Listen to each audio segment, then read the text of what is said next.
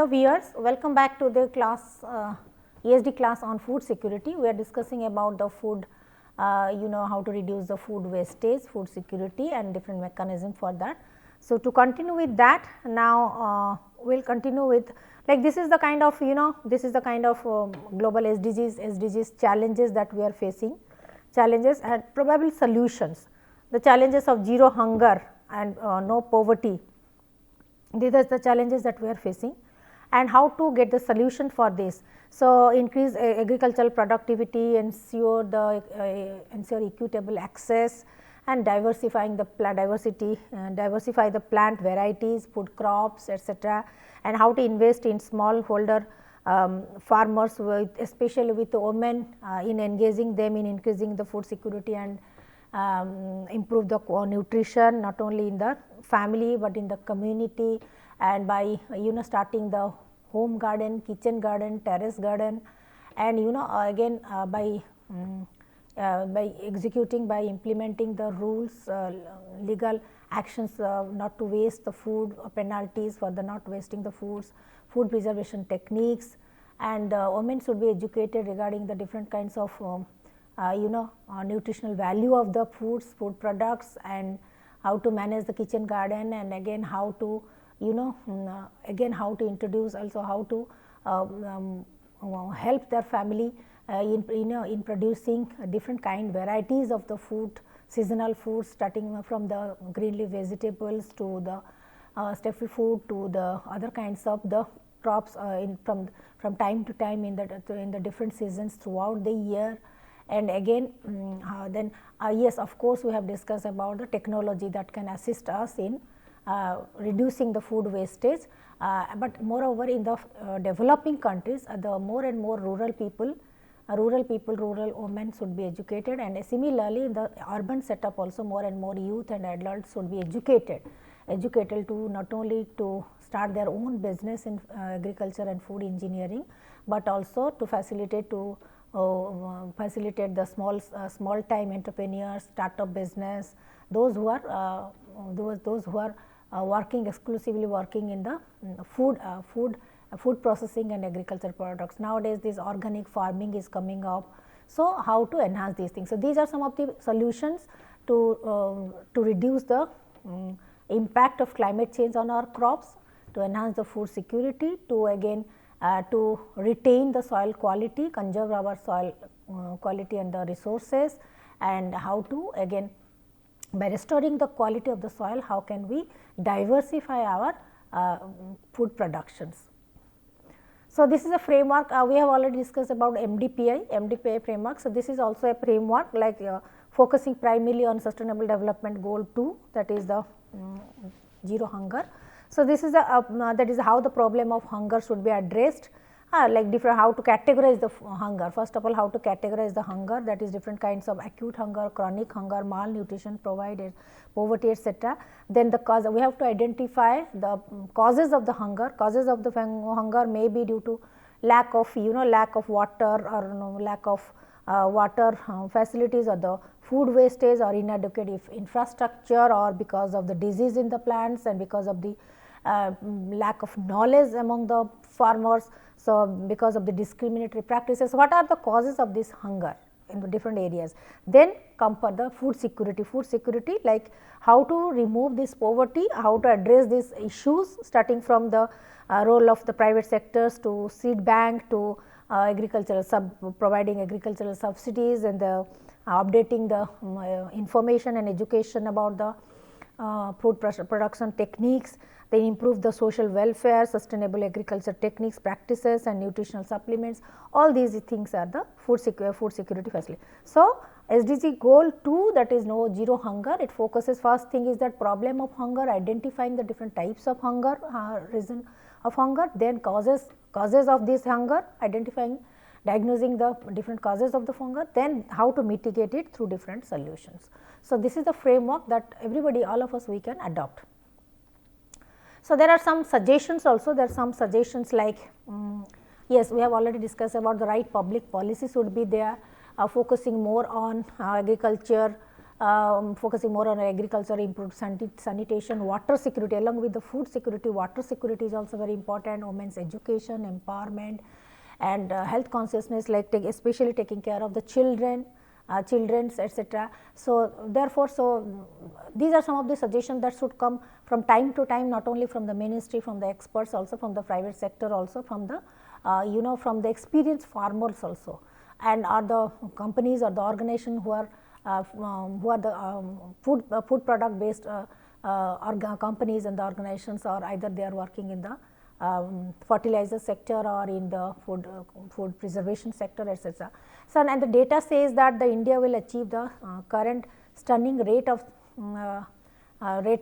full security global, that means full security food preservation or zero hunger by 2055, because China has is moved ahead in terms of their agriculture and economic growth, and they have been able to bring out lifted millions of people out of hunger and poverty and malnutrition. So, and that is, as the global nutrition data says, report says that India will be able to achieve these status by 2055, provided it does better in policy sector, in investment and focuses on these issues identified by us, like for example, the food wastage or sustainable, that means sustainable use of the soil for the multiple or diversified food production, different seasons, and all kinds of the. If you go by this kind of framework with the scientific analysis, with the logistic, and with the proper feedback and evaluation, then India probably would achieve this by 2055. So, these are some of the research findings, that these research findings I have collected from the latest research literatures, research literatures. That is I have added it. You can go through it later on. So, the world population continues to grow. So, there is the more demand for the more food production.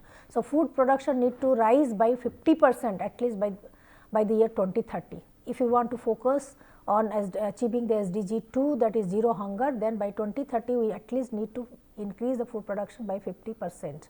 Similarly, the today's agricultural and trade practices are failing to feed the poor and have the detrimental effects on the environment. So, again equal access, equal distribution, again food, we have already discussed about crop production, food management, food distribution, and food restoration, so the preservation, all these things are the very important dimensions. So, how to ensure equal access to all people, especially the poor and the rural disadvantaged people. Similarly, how to again restore the quality, how to reduce the negative impact or detrimental effect on the environment, how to reduce the food wastage or the crop wastage. So, how to be alert, alert and very alert about the seasonal changes, certain seasonal changes, or you can say some kind of the climate change or the all natural disasters, how to be alert and how to protect our crops and the food crops and the post harvesting also. So, these are some of the important things. So, latest research and latest things are coming up, and we must praise our farmers and agricultural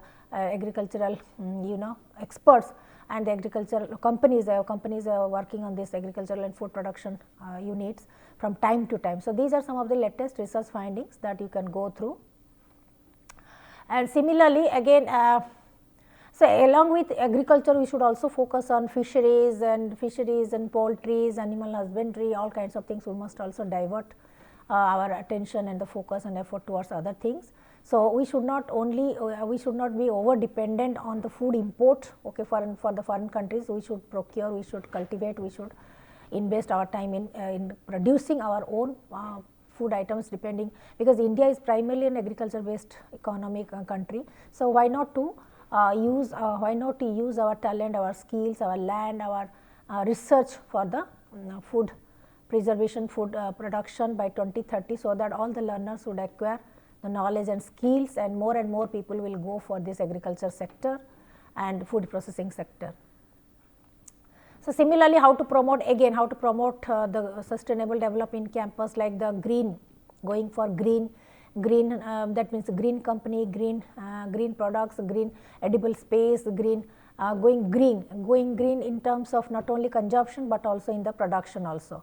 So, similarly, so like for example, in University of Hong Kong, so they have also they have that means they had rooftop farming since 2012. So, similarly, in our urban cities also urban cities also that we can have this rooftop gardens also, vegetable. So, the school and school of architecture they have given the design. So, this kind of things can be done in our cities also, rooftop gardening. So, and from time to time weekly workshop on urban farming, rooftop cultivation, these things can also be carried on. So, these are again the research findings. So, then similarly urban farming education should be considered as an effective and appropriate approach to ESD. So, from time to time it should be the youth and it should be implemented, this in terms of ESD it should be implemented in the core curriculum. So, up to date knowledge and organic rooftop farming, hands-on practices, etc. to achieve all these things, it should be educated, it should be incorporated in our regular curriculum. Does not matter even though we are studying scientific studies or the engineering or medical, etc. but ESD through ESD course this can be incorporated, implemented in the course curricular. So, similarly through observational skills, through vocabulary enrichment, through moral and economic implications, through lifelong learning promotion, these things can also be incorporated in the ESD syllabus or in the different disciplines.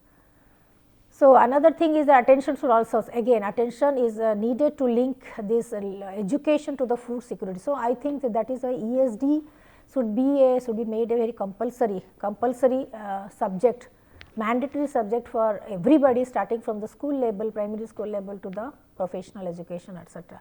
And moreover, it should also be a part of the continuing education. So, that is why today's agriculture and trade practices also they are also failing to feed the poor because of the detrimental effect of the environment, lack policy fallacies, etc. That has to be rectified, that has to be addressed properly. Knowledge of the current state can also lead to the empowerment. People need to take responsibility for their actions, like how can we enhance our sustainable consumption habits, sustainable competencies. So, which are the primary aims of ESD. So, ESD we can say can be provided through quality basic education, reorienting our existing education program. So, building public understanding, awareness, providing practical training everywhere. Now, the ESD role is very vital because ESD brings the sustainable issues to the forefront. All these things are there in an implicit manner, but ESD's job is to identify, focus it, is to highlight it and to bring to the limelight and to take action. So, therefore, ESD aims to provide all learners with support to develop the different skills, to adapt to the changing food security and to the local context, etc. So, now we will go for ESD framework, framework or how ESD can help us in distributing, sharing the information and disseminating the information among our public.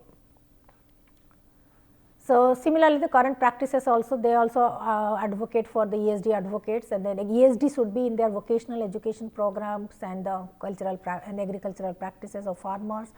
For the community knowledge also in the local context, how ESD should be, ESD approach should be adopted for the to address the local needs everywhere. That can be a sustainability approach. So, food production index also, government expenditure on the agriculture, inflation rate, interest rate, loan, all kinds of and bank loans and subsidies, all kinds of the knowledge information should also be provided from time to time. Then also we can say government budget allocation to agriculture should also be enhanced, and all kinds of the bank facilities and bank interest, that kind of information should be circulated among the farmers, among the agriculture based entrepreneurs from time to time. So, now here a framework of modeling the complexities of food and water security under globalization, a framework from the research literature only. I have procured it, that is how to develop a framework, global framework for the food and water security.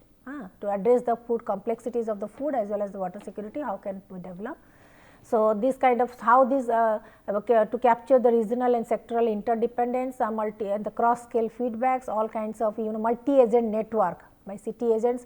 So, a framework can form the basis of the new wave decision tools to capture the complete environmental change within the globalized world. Let us go for that pathways for that sustainable future, and let us see what the framework looks like. So, these are the latest research frameworks. So, this framework has been given by Dermody et al., a framework for modeling the food and water security. The latest research is going on, how the multi-sectoral interdependence is there and different kinds of cities. Then again regional interdependence via trade, then the cross scale interactions. So, at every level, first is the sectoral independence, then the regional interdependence, sectoral interdependence, regional interdependence, and the cross scale interactions within the same field. So, these are some of the models which are being given by Dermody et al., a framework that you can also get the more literature on this. I have also captured it from the net only with the research literature from the research literature. And at what different level, how the integrated assessment model, again they have also introduced integrated assessment model, that is heterogeneous socio-economic constraints per region. So, then multi-agent network of cities, nodes and trade links. So, that means it is a kind of agricultural food grid. Like we have discussed about the health grid, it is similarly it is kind of agricultural grid. It is a grid based dynamics of vegetation model, hydrological model. Again nowadays more and more solar energy and hydro energy are being also are being utilized, are being research is also being tried on how to get the maximum solar energy being used for the agriculture purpose, solar energy and hydro energy. So, how this framework can help us in enhancing that food security and food and water security, because food and water, these are very integrated. Without food there is no water, and water, how water plays a very important role in food production and food creation and enhancing the food security. So, that is a food and water security, these both for both the components, how this framework can be followed. See, these are all the networks, the framework models, these are the models it has been given. So, soil type depending on the soil quality, slope, distance from the infrastructure, all this is kind of the architecture, is a kind of architecture, is a blueprint system design, we can say. There is a kind of virtual trade, water trade network they have developed with this for the production decisions, to take the decision by the agriculture production units and the farmers, etc. So, this is the intensification potential, this is the expansion potential by by graphical representation, by calculation, this can be done. I think the agricultural experts can better understand it and implement it in their subject domain, in their education. So, and again this is also the framework, the same framework like food production and trade, how these two domains are interrelated. So, like food production, that is for example agriculture, from the agricultural land, energy supply and demand. So, these are interrelated. Then again per capita demand and agriculture intensity, again how multi-agent model can be implemented, multi-agent model land for using the land use based on the local and the remote demand, land use maps, etc. Then again complex hydrology and then dynamics of the vegetation, again trade. So, the food being produced, then again how the trading in terms of trading in terms of computation, general and the equilibrium trade model, bilateral trade patterns and aggregated emergent trade patterns, multi-agent trade patterns, simulations, etc. Then the crop yield and the water use. So, they have developed this eco-hydrological model, it is called as the eco-hydrological model, how this food production and trade both working together can help us in enhancing the food production and the food distribution. So, again the same thing, that is trace that is the paradigm of opportunities, how this can be the scale, the graph can be from the opportunity to vulnerability, how the range from the risk zone to the opportunity zone, how this how to monitor this quadrant, and get the solution. This is also a clippings from the research literature, latest research literature. So, now we are coming to the ESD component, ESD, that is sustainability and health concern. So, that is the traditional, this is the colonial, that is from how we are coming from the history, from colonialism to the present context. This is the health concerns, family and the local food productions, food, now we are focusing more on this quality, food quality in terms of these SDGs focus. Earlier it was more like a early onset of diabetes. These are the symptoms. Now we are facing obesity, heart disease, anemia, then bacteria kind of infections, and food hunger, and early onset of diabetes. These are some of the some of the outcomes, some of the side effects that we are suffering because of the insufficient or poor quality of the food, and how to restore the quality with more and more green leaf vegetables, more and more fresh fruits and vegetables, and fresh without and minimum use of fertilizers and the manures in the field, and the cultured milk, that is especially curds and the organic foods. So, these are some of the things. Now this is the action plan, future and action learning expansion of the conventional subject pedagogy. So, what should be the pedagogical framework that has been given here? Like for example, teach the subject of acquisition of concepts and the skills required for the food security, starting from the production to the consumption. Then assessment of knowledge and the skills from time to time. Again, learn the concepts and systems of thinking. Okay. So, this model was adopted by Edwards in 2014, and again subject knowledge is both, it can be both acquired from others by observing, by attending the awareness camps, workshops, and also can be developed through participation. Okay. So, now how to expand it, this model, that through acquisition of subject knowledge, to explore more thing on this thing, then work out the solutions that are the problems we are facing right now, and try out and access the change, how can we bring. So, for this acquisition and participation, starting from the acquisition to participation and the practice, participation and the practice, then coming to the solutions of the emerging new techniques. This is learning cycle, this should go on. So, this should go on, and these are the current matters of the concern in the food and food security and health domain. So, this is the again how to move from the past to present to future. So, critical realist learning process across the past, present, and reimagining a sustainable future. Okay. This is the past stories. Past stories like what was the shape of the society, community, human activities, cultural, historical background, all kinds of things.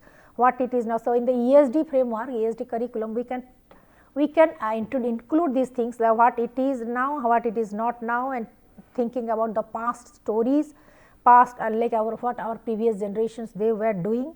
So, it is a more kind of reproductive learning, but linking the past with the present, that is the required.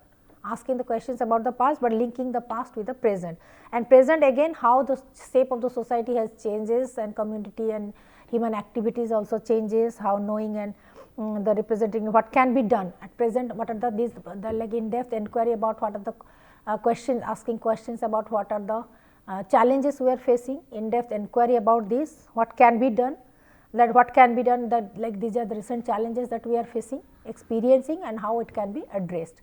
So, what could be done and what should be done, so that in future, that thinking about the present and linking it for the future. So, for the future possibilities, we have to explore the future possibilities, not only mitigating the present challenges, but for enhancing the sustainability and future availability of this kind of resources and activities, and all kinds of resources for the future generations. So, here again design the solutions with the challenge assessment. So, here again whatever that means with the innovation, with the creative thoughts, ideas, developing new competencies.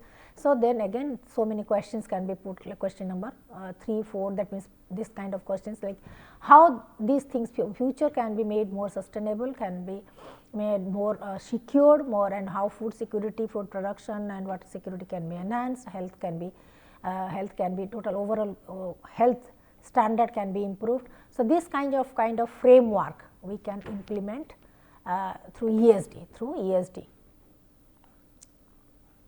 So, again these are some of the food items, products are like for example, as how to enhance the quality of homemade foods, like nowadays even in the refrigerators also, like for preparing the curd, there is also another unit by regulating the temperature, how can we prepare the home products like home made curds, etc. Similarly, all kinds of items, food products, that how it can be healthy for us in and if you prepare it at home. Similarly, so green leaf vegetables, like how can we promote the green leaf vegetables with minimum fertilizer, manure, etc., chemical things, etc. So how which kind of like herbal knowledge, herbal knowledge, like the which kind of plants and the greens can enhance our hemoglobin, can enhance our immunity, like the Ayurvedic products, like the herbal medicines like neem, tulsi, all kinds of things. So this green leaf vegetables how can it enhance our immunity? Then again how to assess the ESD competences from the conventional method to the most practical method, like ESD assessment in terms of projects, assignments, analysis, assessment, case studies, that is to analyze, evaluate and innovate. Here also we should use this revised Bloom's taxonomy to to measure their higher order thinking process, skills and competencies in terms of creative thinking, innovative practices, all kinds of things, different kinds of tests and exams. Primarily group based, project based, experiential learning projects can be given to them. But again, continuous formal assessments should be more productive instead of formal assessment, formative assessment instead of summative assessment. From time to time, feedback should be given, more and more in-depth inquiry, systems thinking should be there, startup story, then case study, sustainable and just alternative access progress, all kinds of the activity oriented, practical. That means whatever they are studying, they need to experience it, learn it from the actual field, that is from the reality. So reality based learning. So what can be done for learning together, experiential learning, project based learning. Primarily they can be motivated, students can be motivated to pick up any of the social problem related to either economy or food or health or water, whatever. They should pick up some kind of social problem, challenge, and then try to explore, try to find out the solution and mitigate these problems. So similarly, how to do work with the competence, again ESD also requires to develop certain competencies, like that means it's not just about the know what's, but it's know hows, know whys. So know things in relation to the context, know hows to resolve the problems, and to be able to develop more sustainable ways for being together. So that is why all our students, they need to develop ESD competence, like systems thinking, like holistic thinking, holistic approach, harmonious development. So anticipation, that is presumption, being proactive, normative, collaborative, strategy, critical thinking, self-awareness, problem solving, these kind of competencies, these are the 21st century, that is sustainable competencies, that ESD competencies need to be developed. So in this manner, we can say from acquisition to participation to the ESD competence to know-hows. In this we can divide this into quadrant, and according to this quadrant we can base our education model. We can start our education model with knowing to know-hows, to being able to participate, explore, experience, act upon, and then to make it more sustainable. So through this framework we can teach this ESD subject, so through with competency assessment and development of sustainable competencies. So these are some of the things, assessment techniques, learning know-hows, how to learn, fundamental knowledge and applications, integration, human and ecological dimensions, caring and all kinds of things, holistic things, significance of learning, this kind of framework that we can apply, you can imply in our ESD subject. So this is all about things, these are some of the references, you can go through it. So these are some of the frameworks that I have captured from the research literature that we can try out in our own subjects, and we can design our subject, whatever domain we teach does not matter, we can adopt, we can apply this ESD framework even in our own discipline. Thank you very much.